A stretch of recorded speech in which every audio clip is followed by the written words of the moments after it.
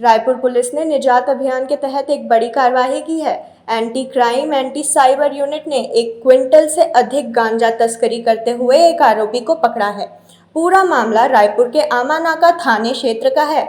मामले को लेकर एएसपी दौलत राम पोर्ते ने बताया कि आरोपी के कब्जे से 103 किलो गांजा जब्त किया गया है और आरोपी गांजा को ओडिशा से लाकर दुर्ग में खपाने की तैयारी में था। कार्रवाई में पुलिस के द्वारा गांजा के साथ एक 4 पहिया वाहन भी जब्त किया गया है। पुलिस द्वारा जब्त मशरूका की कीमत कुल 16,50,000 आकी गई है।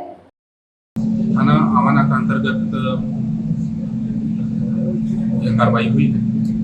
जिला रायपुर में वरिष्ठ पुलिस अधीक्षक डॉक्टर संतोष कुमार सिंह द्वारा निजात अभियान के तहत शराब, नशा अन्य मादक पदार्थों पर लगातार कार्रवाई की जा रही। इसी कार्यक्रम में थाना आमानाका अंतर्गत 103 किलो गांजा पकड़ा गया है। आरोपी I-20 कार में गांजा उड़ीसा से दूर ले जा रहा था, उसी दौरान यह पकड़ा गया है। प्रकरण में जिस जगह से गांजा ला रहा था, जिसको पहुंचा रहा, उस संबंध में की जा रही है। रायपुर से राघवेंद्र पांडे की रिपोर्ट।